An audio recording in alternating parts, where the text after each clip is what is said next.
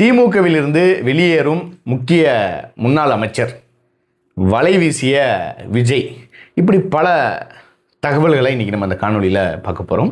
தாய் தமிழ் உறவுகள் அனைவருக்கும் அன்பு வணக்கம். தமிழக வெற்றிக் கழகம் ஆட்சி அமைந்ததுக்கு பின்னால் தமிழ்நாட்டுக்குள்ளே என்ன நடக்குது அப்படின்னு எல்லாருக்குமே தெரிஞ்சிருக்கும். இதுக்கு முன்னால் அவங்க பேசின குதிரை பேரமாக இருக்கட்டும், யானை பேரமாக இருக்கட்டும், இல்லை அமமுகவினுடைய சட்டமன்ற உறுப்பினரை பேசினது, இப்படி பல விஷயங்கள் தமிழக வெற்றிக் கழகம் செஞ்சாலும் இன்றைக்கி தமிழக வெற்றிக் கழகத்துக்கு முட்டுக் கொடுக்கக்கூடிய விர்ச்சுவல் வாரியர்ஸ் இருக்க தான் செய்கிறாங்க. இதெல்லாம் ஒரு புறம் இருந்தாலும் திமுகவில் இருந்து ஒரு முக்கியமான ஒரு அமைச்சர், அதுவும் முன்னாள் அமைச்சர், திமுகவுக்கு மிக நெருக்கமான ஒரு முன்னாள் அமைச்சர், திமுக குடும்பத்துக்கு ரொம்ப நெருக்கமான ஒரு முன்னாள் அமைச்சர் கட்சியிலேருந்து வெளியேற போகிறாரு. என்னங்க சொல்கிறீங்க, இதெல்லாம் உண்மையா, இது நடக்க போதா அப்படின்னு நீங்கள் கேட்டிங்கன்னா கண்டிப்பாக இதெல்லாம் நடக்க போகுது. அதுக்கான பேச்சுவார்த்தைகள் தான் அரசியல் களத்தில் பெரிய அளவில் போயிட்டுருக்கு அப்படின்னு சொல்லலாம். அதாவது முன்னாடி கரூர் அப்படின்னாலே நம்ம எல்லாருக்கும் என்ன ஞாபகம் வரும் அப்படின்னா செந்தில் பாலாஜி. ஆனால் இப்போ கரூர் அப்படின்னா கரூர் கூட்ட நெரிசலில் இறந்த 41 உயிர்கள். கரூர் அப்படின்னு சொன்னாலே ஞாபகத்துக்கு வர செந்தில் பாலாஜி திமுகவினுடைய வலதுகரமாக இருந்தார். மிக முக்கியமாக சொல்லணும்னா திமுகவினுடைய குடும்பத்துக்கு ரொம்ப நம்பிக்கையான நபராக இருந்தார். குறிப்பாக ஐயா ஸ்டாலின் அவர்களுடைய மருமகன் சபரீசன் அவர்களுக்கு ரொம்ப நெருக்கமாக இருந்தார் அப்படின்னு சொல்லலாம். என்ன காரணம் அப்படின்னு நீங்கள் கேட்டிங்கன்னா, செந்தில் பாலாஜி இதே திமுகவினுடைய ஆட்சி காலத்தில் மத்திய அரசால் கைது செய்யப்படும் போது அவர் அரசு மருத்துவமனையிலேருந்து அதுக்கு பின்னால் வெளியில் வந்து அப்போலோ ஹாஸ்பிட்டலுக்கு போனது, இப்படி பல சம்பவங்கள் இருக்கட்டும். ஆனால் செந்தில் பாலாஜி கைது செய்யப்பட்டுட்டார் அப்படின்னு தெரிஞ்ச உடனேயே திமுகவில் இருக்கக்கூடிய மிக முக்கியமான நபர்கள்லாம், குறிப்பாக மா சுப்பிரமணியமாக இருக்கட்டும், இல்லை RS பாரதியாக இருக்கட்டும், ஏன் திமுகவினுடைய தலைவராக இருக்கக்கூடிய ஐயா ஸ்டாலின் அவர்களே ஓடி வந்து பார்த்ததாக இருக்கட்டும், ஐயா உதயநிதி அவர்கள் ஓடி வந்து பார்த்ததாக இருக்கட்டும், இவர்கள் எல்லாம் தன்னுடைய அரசியல் கட்சியை சார்ந்தவர், நம்மோடு அரசியல் செய்யக்கூடியவர், நம்முடைய அமைச்சர் இல்லை நம்முடைய சட்டமன்ற உறுப்பினர் அப்படிங்கிற காரணத்துக்காக ஓடி வந்திருக்கலாம். ஆனால் திமுகவில் இருக்கக்கூடிய ஐயா ஸ்டாலின் அவர்களுடைய மருமகன் சபரீசன் அவர்கள் ஏன் ஓடி வரணும் அப்படிங்கிற கேள்வி எல்லாருக்கும் அந்த காலகட்டத்தில் இழந்திருக்கும். என்ன காரணம் அப்படின்னா, சபரீசன் அவர்கள் எப்போது ஃபோன் பண்ணி எனக்கு இத்தனை கோடி ரூபா வேணும்னு சொன்னாலும் உடனடியாக அவ்வளோ கோடியையும் ரெடி பண்ணி கொடுக்கக்கூடிய ஒரு இடத்துல இருந்தவர் தான் செந்தில் பாலாஜி. அதனால தான் செந்தில் பாலாஜிக்கு தமிழ்நாட்டிலேயே வருமானம் அதிகமாக வரக்கூடிய ஒரு துறையான மதுவிலக்கு ஆயத்தீர்வு துறையும் மற்றும் மின்சாரத்துறையும் 2 துறையும் அவர் பார்த்துக்கிட்டு இருந்தார்.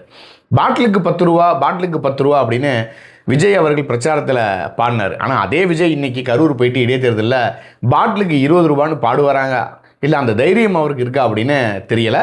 இதை பொதுமக்கள் தான் சொல்லணும். இதெல்லாம் ஒரு புறம் இருக்கக்கூடிய இந்த சூழலில் செந்தில் பாலாஜி அவர்கள் திமுக குடும்பத்துக்கு மட்டும் இல்லாமல் சபரீசனுக்கும் ரொம்ப நெருக்கமாக இருந்திருக்காரு. எவ்வளோ பணம் எந்த நேரத்தில் கேட்டாலும் கொடுத்தாரு. ஆனால் இன்றைக்கி ஆட்சியும் மாறிடுச்சு, அதிகாரமும் மாறிடுச்சு. இன்றைக்கி தமிழக வெற்றிக் கழகம் தமிழ்நாட்டில் ஆட்சியில் இருக்காங்க. அவங்க ஆட்சி அமைந்ததுலேருந்து அவங்களுடைய ஒரே குறிக்கோளாக என்ன இருக்குன்னா, திமுகவில் யாரெல்லாம் தவறு செஞ்சாங்களோ, திமுகனுடைய அமைச்சரில் யாரெல்லாம் ஊழல்கள் பண்ணாங்களோ அவங்களெல்லாம் பிடிக்கிறேன்னு சொல்லுங்கிற பேரில் இவங்க அவங்க மேலே இருக்கக்கூடிய வஞ்சத்தை பழித்திக்கிறாங்க அப்படின்னு தான் சொல்லணும். அதில் குறிப்பாக சிக்கன முதல் நபர் யாருன்னா செந்தில் பாலாஜி அவர்கள் தான். இந்த ஆட்சி அமைஞ்சதுலேருந்து செந்தில் பாலாஜி மேலே வருவாய்த்துறையை வந்து ரைடு நடத்துகிறதா இருக்கட்டும், இன்னும் பல ரைடுகள் செந்தில் பாலாஜி மேலே நடந்துச்சு. ஆனால் செந்தில் பாலாஜியை வந்து சென்ட்ரல் கவர்மெண்ட்டு கைது பண்ணி அழைச்சிட்டு போகும்போது, அவர் மேலே வழக்கு பதிவு பண்ணும்போது ஓடோடி வந்த திமுகவினுடைய உறுப்பினர்களாக இருக்கட்டும், இல்லை சபரீசனாக இருக்கட்டும், இல்லை உதயநிதி ஐயா ஸ்டாலினாக இருக்கட்டும், ஆனால் யாருமே இப்போ செந்தில் பாலாஜி அவர்கள் நடக்கிற பிரச்சனையில் குரல் கொடுக்கவே இல்லை. நீங்கள் செய்தித்தாள்களையோ இல்லை செய்திகளையோ நன்றாக கவனிச்சிங்கன்னா தெரியும், செந்தில் பாலாஜி அவர்கள் மேலே வருமான வரித்துறை சோதனை நடத்துகிறாங்க. இன்னும் பல சிக்கல்கள், பல பிரச்சனைகள், பல ரைடுகள் நடந்துக்கிட்டே இருக்கு. இந்த நேரத்தில் செந்தில் பாலாஜி அவர்களை குறித்து எந்த விதமான தகவல் தலைவரும் சரி, எதிர்க்கட்சி தலைவரும் சரி, இல்லை மருமகன் சபரீசனும் தெரிவிக்கலை.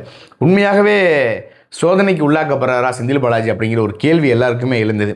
ஆனால் செந்தில் பாலாஜி அவர்கள் என்ன நினைக்கிறாருன்னா, திமுகவுக்கு நம்ம எவ்வளவோ செஞ்சிட்டோம், இப்போதும் வந்து நம்ம ஆட்சி அதிகாரத்தில் இல்லாத போதும், இப்போதும் எதிர்கட்சியாக இருக்கும் போதும், இப்போவும் பல கோடியை கேட்டு என்னை ப்ரெஷர் பண்ணுறாங்க, என்னால் முடியலை, நான் என்ன பண்ணுறேன்னு தெரியல, நம்ம ஒருவேளை திமுகலேயே தொடரணும்னா நாளைக்கு வழக்கு சிறை அப்படின்னு வந்துச்சுன்னா நம்ம என்ன பண்ணுறது, யாருக்கிட்ட போய் நம்ம நிற்கிறது அப்படிங்கிற ஒரு கேள்வி அவருக்குள்ளே எழுந்ததா, இல்லை அவர் இதெல்லாம் யோசிச்சாரா அப்படின்னு தெரியல. ஆனால் செந்தில் பாலாஜி அவர்கள் வந்து பார்த்தீங்கன்னா திமுகவை சார்ந்த சில முக்கிய நபர்களோடு பேச்சுவார்த்தை நடத்தினதாகவும், அது மட்டும் இல்லாமல் செந்தில் பாலாஜி பாஜகவுக்கு போகிறதாக ஒரு கேள்வியும் வந்தது. இப்போ நீங்கள் எல்லாம் கேட்கலாம், ஏங்க செந்தில் பாலாஜிக்கு அப்படி ஒரு சிக்கல்னா எத்தனையோ பேர் வந்து தாவேக்கில் போய் சேர்றாங்க. குறிப்பாக இன்றைக்கி விஜயபாஸ்கர் போயிருக்காரு, செங்கோட்டையன் போயிருக்காரு, இப்படி பல நபர்கள் போயிருக்காங்களே, அவர்களைப் போல செந்தில் பாலாஜி அங்கே போயிருந்தாருன்னா செந்தில் பாலாஜிக்கு நல்ல பேர் கிடைச்சிருக்குமே அப்படின்னா, முதல் விஷயம் பொதுமக்களுடைய பார்வையில் செந்தில் பாலாஜி அவங்க ஏற்றுப்பாங்களா அப்படின்னு கேட்டால் ஏற்றுக்க மாட்டாங்கன்னு நினைப்பாங்க. ஆனால் செந்தில் பாலாஜி ஒருவேளை தாவேக்கா போகணும்னு நினச்சா உடனடியாக தாவேக்கா வரவேற்கும். ஏன்னா இது வரைக்கும் அவங்க கட்சியில் போய் இணைஞ்ச யாருமே உத்தமர்களோ நல்லவர்களோ யோக்கியவான்களோ இல்லை மக்களுக்காக உழைத்த ஐயா நல்லக்கண்ணு போன்றவர்களோ இல்லை கக்கன் காமராஜ் போன்றவர்களோ கிடையாது. அவர்கள் எல்லாமே ஊழல்வாதிகள் தான். அவர்கள் மீது ஊழல் குற்ற வழக்குகளும் இருக்குது. ஆனால் ஏன் செந்தில் பாலாஜி அங்கே போகாமல் பாஜக போகணும்னு நினைக்கிறாருன்னா, 5 வருஷம் ஆட்சி இருக்கும் தாவேக்கா ஆட்சி. இந்த 5 வருஷம் நம்ம திமுகவில் இருந்து நம்ம சிறைக்கு போய் கம்பின்றதை விட நம்ம பாஜக போயிட்டோம்னா பாஜக அடுத்த சென்ட்ரல் கவர்மெண்ட்டுக்கு ஆட்சிக்கு வந்தாலும் ஆச்சரியப்படுவதுக்கு இல்லை. அது மட்டும் இல்லாமல் பாஜகவினுடைய உதவி நமக்கு இருந்துச்சுன்னா நம்ம தமிழ்நாட்டுக்குள்ளே எந்த விதமான சிக்கல்லையும் சிக்க மாட்டோம், சிறைக்கும் போக மாட்டோம். அது மட்டும் இல்லாமல் பாஜகவில் அவர் மாநில தலைவரானாலும் ஆச்சரியப்படுறதுக்கு இல்லை. என்ன காரணம்னா, ஒரு பக்கம் நயினார் நாகேந்திரன் வந்ததுலேருந்து நயினார் நாகேந்திரன் அவர்கள் சில சர்ச்சையான விஷயங்கள் பேசுகிறதா சொல்லப்படுது. அவர் பேசிக்கிட்டும் இருக்கார். இந்த விதத்தில் அண்ணாமலை இருந்த இடத்த நயினார் நாகேந்திரன் அவர்களால் ஃபுல்ஃபில் பண்ண முடியலையோ அப்படிங்கிற ஒரு கேள்வி எல்லா அரசியல் தலைவர்களையும் எழுது. ஆனால் செந்தில் பாலாஜி வந்தார்னா அவரை நம்ம தக்க வச்சுக்கிட்டு அவருக்கு ஒரு மாநில தலைவர் பதவியை கொடுத்துடலாம் அப்படின்னு பாஜக நினச்சிட்டு இருக்கிறதாகவும் தகவல் வருது. ஒருவேளை திமுகவிலேருந்து வெளியேறி பாஜகவில் போய் சேர்றதுக்கான வாய்ப்புகள் அதிகமாக இருக்குமா அப்படின்னு கேட்டிங்கன்னா, கண்டிப்பாக 90 விழுக்காடு வாய்ப்புகள் இருக்குது. அதுக்கான வேலைகளில் தான் செந்தில் பாலாஜி முழுமையாக இறங்கியிருக்காரு. அதுக்கு ஒரே காரணம், திமுகவினுடைய மருமகன் முன்னாள் முதல்வர் ஐயா ஸ்டாலின் அவர்களுடைய மருமகன், இந்நாள் எதிர்க்கட்சி தலைவர் ஐயா உதயநிதி அவர்களுடைய மச்சினன், அவருக்கு கொடுக்கப்பட்ட ப்ரெஷர் தான். சபரீசன் அவர்களுடைய ப்ரெஷர்னால செந்தில் பாலாஜி வேறு வழி இல்லாமல் எப்படியாவது நான் திமுகவில் வெளியில் பாஜகவுக்குள்ளே போய் சேர்ந்துடணும் அப்படின்னு நினச்சிக்கிட்டே இருக்கார். அந்த விதத்தில் எப்படியும் கூடிய சீக்கிரம் போய் சேர போகிறாரு. ஒருவேளை பாஜக போனார்னா அவர் அந்த ஆட்சி அதிகாரத்தில் இருந்தபோது எப்படி இருந்தாரோ அதே போல் இருப்பாரா, இல்லை தமிழ்நாட்டினுடைய பாஜக தலைவராக செந்தில் பாலாஜி வந்தார்னா பாஜகவினுடைய தொண்டர்கள் ஏற்றுக்கொள்வார்களா, இல்லை தமிழ்நாட்டு அரசியலில் இது எந்த அளவுக்கு பேச்சு பொருளாகும் அப்படிங்கிறத பொறுத்து இருந்து தான் பார்க்கணும். ஆனால் இதெல்லாம் ஒரு புறம் நடந்துகிட்டு இருந்தாலும் இன்னும் சில நபர்கள் என்ன பண்ணுறாங்க அப்படின்னா, எப்படியாவது அவரை அதிமுக உள்ளே அழைச்சிட்டு வந்துடணும். ஏன் குறிப்பாக ஐயா எடப்பாடி பழனிசாமி அவர்களே எவ்வளவோ தூண்டில் போட்டாராம். நான் எப்படியாவது செந்தில் பாலாஜியை திரும்ப கொண்டு வரணும். ஏன்னா செந்தில் பாலாஜி வந்ததுக்கு பின்னால் நம்ம கட்சி நல்லா இருந்தது. ஆனால் அவர் கொஞ்சம் வெளியில் போனதுக்கு பின்னால் அந்த கொங்கு மண்டல பெல்ட்டில் கொஞ்சம் ஸ்ட்ராங் இல்லாமல் இருக்குது அப்படிங்கிற ஒரு தகவலின் அடிப்படையில் ஏற்கனவே விஜயபாஸ்கர் போன்றவர்கள்லாம் அதிமுகலேருந்து வெளியில் போனதுனால மீண்டும் செந்தில் பாலாஜியை உள்ளே கொண்டு வரணும், கட்சியை வளர்த்தெடுக்கணும், அந்த கொங்கு பெல்ட்டில் கட்சி இன்னும் பலமாக ஆக்கணும் அப்படின்னு நினச்சிக்கிட்டு எடப்பாடி பழனிசாமி அவர்களும் தூது விட்டதாகவும் அந்த தூதை இவர் நிராகரித்ததாகவும், எனக்கு ஒரே தீர்வு பாஜக தான், அதனால் நான் பாஜகவில் போய் ஐக்கியம் ஆகிறேன் அப்படிங்கிற தகவல் வெளிவந்ததாகவும் சொல்லப்படுது. இது எந்த அளவுக்கு உண்மைங்கிறத பொறுத்து வந்து தான் பார்க்கணும். இதில் ஒரு சுவாரஸ்யமான தகவலும் இருக்குது. என்ன அப்படின்னா, அதிமுகனுடைய ஆட்சி காலத்தில் தான் செந்தில் பாலாஜி ஊழல் பண்ணார். ஆனால் அப்போ எதிர்க்கட்சி தலைவராக இருந்த ஐயா ஸ்டாலின் அவர்கள் கரூர்லேயே போய் மேடை போட்டு இந்த கரூரில் என்னெல்லாம் நடக்குது தெரியுமா, மணல் கொள்ளை நடக்குது, ஆள் கடத்தல் நடக்குது, கேபிள் திருட்டு நடக்குது, இப்படி பல விஷயங்கள் நடக்குது, செந்தில் பாலாஜி ஊழல் பண்ணுறாருன்னு மேடையில் போட்டு பேசினவர் அன்றைய எதிர்க்கட்சி தலைவர் ஐயா ஸ்டாலின் அவர்கள். அதே அதிமுக கட்சியிலேருந்து வெளியேறி திமுகவில் போய் சேர்ந்த உடனே அதிமுக காரங்களாம் என்ன பண்ணாங்க அப்படின்னா, செந்தில் பாலாஜியை கைது பண்ணுங்க அப்படின்னு போராட்டம் பண்ணாங்க. ஏன்பா அப்படின்னு கேட்டால், அதிமுகனுடைய ஆட்சி காலத்தில் செந்தில் பாலாஜி ஊழல் பண்ணிட்டாரு அப்படின்னு அதிமுகவினர் போராட்டம் பண்ணாங்க, செந்தில் பாலாஜியை கைது பண்ணணும்.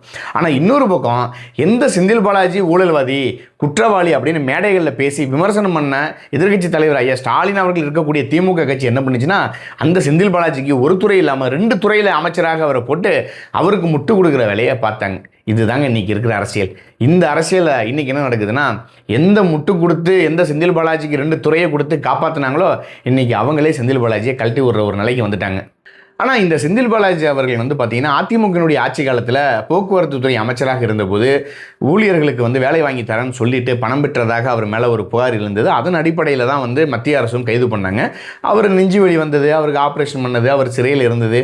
செந்தில் பாலாஜியுடைய தம்பி எங்கே இருக்கார், பண்ணை வீட்டில் இருக்கார், அவரை கண்டுபிடிக்க முடியல. இப்படி பல பிரச்சனைகள் போச்சு. செந்தில் பாலாஜி மிகப்பெரிய அளவில் மணி லாண்டரிங்கில் ஈடுபட்டிருக்காரு, வெளிநாடுகளெல்லாம் இன்வெஸ்ட்மெண்ட் பண்ணியிருக்காரு. இதுக்கெல்லாம் காரணம் சபரீசன் தான். சபரீசனுடைய நிழலாக செந்தில் பாலாஜி அப்படிலாம் பேசினாங்க. ஆனால் இந்த பிரச்சனையில் பார்த்தீங்கன்னா செந்தில் பாலாஜி இவ்வளோ பிரச்சனைக்குள்ளே சிக்கிட்டு இருக்காரு. ஆனால் யாருமே செந்தில் பாலாஜியை கண்டுக்கவே இல்லை. குறிப்பாக திமுக இருக்கிறவங்க கூட செந்தில் பாலாஜிக்காக குரல் கொடுக்கல அப்படின்னு தான் சொல்கிறாங்க. ஆனால் செந்தில் பாலாஜி திமுகவில் வந்ததுக்கு பின்னால் பாட்டிலுக்கு 10 ரூபா வாங்கினாரு. அது மட்டும் இல்லாமல் அந்த பாட்டிலுக்கு 10 ரூபா, ஒரு உதாரணத்துக்கு சொல்லணும்னா, தமிழ்நாட்டுக்குள்ளே பார்த்தீங்கன்னா ஒரு நாளைக்கு 10 லட்சம் மது பாட்டில்கள் விற்பனை ஆகுதுன்னா 10 லட்சம் × 10 எவ்வளோ ஆச்சுன்னு பார்த்துங்க, கிட்டத்தட்ட 1 கோடி ரூபாய். அப்போ இதெல்லாம் யாருக்கு போகுது? ஒரு நாளைக்கு 1 கோடினா மாதத்துக்கு 30 கோடி ரூபாய், வருஷத்துக்கு என்னாச்சு? அப்போ இது ஒரு சின்ன கணக்கு தான். ஆனால் பல கோடி ரூபாய் வந்து அந்த மதுபானத்திலேருந்து வந்து அந்த 10 ரூபாய் எக்ஸ்ட்ரா பணம் வந்து யாருக்கு போனதுன்னு இப்போ வரைக்கும் கேள்வி இல்லை. ஆனால் அவங்க 10 ரூபாய் வாங்கினாங்க, அது யாருக்கு போனதுன்னு கேள்வி இல்லைன்னு பேசுகிற விர்ச்சுவல் வாரியர்ஸ் தமிழக வெற்றி கழகத்தினுடைய ஆட்சியில் பாட்டிலுக்கு 20 ரூபா வாங்குறாங்கன்னு காணொலிகள் வெளியாகிட்டு தான் இருக்குது. இந்த லட்சணத்தில் ஆன்லைனில் மதுவை விற்பனை பண்ணுறேன்னு அவருக்கு போட்டியாக அந்த துறையினுடைய அமைச்சர் செந்தில் பாலாஜிக்கு டஃப் கொடுக்குற அளவுக்கு மதுபானத்தினுடைய விற்பனையை தமிழ்நாட்டுக்குள்ளே அதிகரிக்கிறார். இன்னொரு புறம் என்ன சொல்கிறாங்க அப்படின்னா, நிறைய மதுபானங்கள் வந்து தடை செய்யப்பட்டிருக்கு. குறிப்பாக வந்து பார்த்திங்கன்னா என்னென்னமோ ரகங்கள் சொன்னாங்க. இந்த VSOP அப்புறம் வந்து இன்னொரு 2-3 மது பாட்டில்களுடைய நிறுவனங்களை வந்து தடை செய்வதாகவும் சொன்னாங்க. இந்த நிறுவனங்கள் எல்லாம் சரியாக கமிஷன் கொடுக்க மாட்டேன் அப்படின்னு சொன்னதாகவும், எக்ஸ்ட்ரா கமிஷன் வந்து தமிழக வெற்றி கழகம் அரசு கேட்டதாகவும், அதனால் அவங்க நான் கொடுக்க மாட்டேன்னு மறுத்ததாகவும், அதனால் நீங்கள் இனிமேல் எங்கள் தமிழ்நாட்டுக்குள்ளே இந்த விற்பனையை பண்ண வேணாம், உங்களை நாங்கள் வந்து தமிழ்நாட்டிலேருந்து நீக்கிறோம் அப்படின்னு சொன்னதாகவும் தகவல்கள் வெளியாகுது. இதுவும் எந்த அளவுக்கு உண்மையான ஒரு தகவல் அப்படிங்கிறது தெரியலை. இதை பற்றி நம்ம விலாவரியாக நம்ம பேசணும் அப்படின்னா நிறைய டீட்டெயில்ஸ் எடுத்து தான் நம்ம அது உண்மையை பேசணும். சும்மா விர்ச்சுவல் வாரியர்ஸ் போல் போகிற போக்கில் வந்து பொய்யை மட்டுமே பேசிட்டு போகக்கூடாதுல்ல. அதனால் உண்மைகளை உண்மையாக பேசணும். அமைச்சர் கீர்த்தனா கூட சொன்னாங்களே, ஆதாரத்தோடு பேசுங்க அப்படின்னு. ஏன்னா அவர்கள் எல்லாருமே ஆதாரத்தோடு தான் எல்லாத்தையும் பேசுகிறாங்க, ஆதாரத்தோடு தான் எல்லாத்தையும் செய்கிறாங்க அப்படின்னு தமிழக வெற்றி கழகத்தினுடைய விர்ச்சுவல் வாரியர்ஸ் நினச்சிட்டு இருக்காங்க போல். அப்போ செந்தில் பாலாஜியினுடைய நிலை என்ன ஆக போகுது அப்படிங்கிற கேள்வி எல்லாருக்குமே எழுந்துக்கிட்டு தான் இருக்கும். காத்திருப்போம் என்ன தான் நடக்குது அப்படிங்கிறத. மீண்டும் ஒரு காணொலியில் சந்திப்போம். நன்றி, வணக்கம்.